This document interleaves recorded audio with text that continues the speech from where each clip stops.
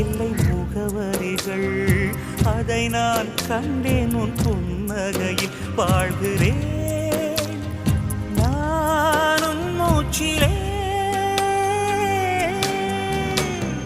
முன் பனிய முதல் மழைய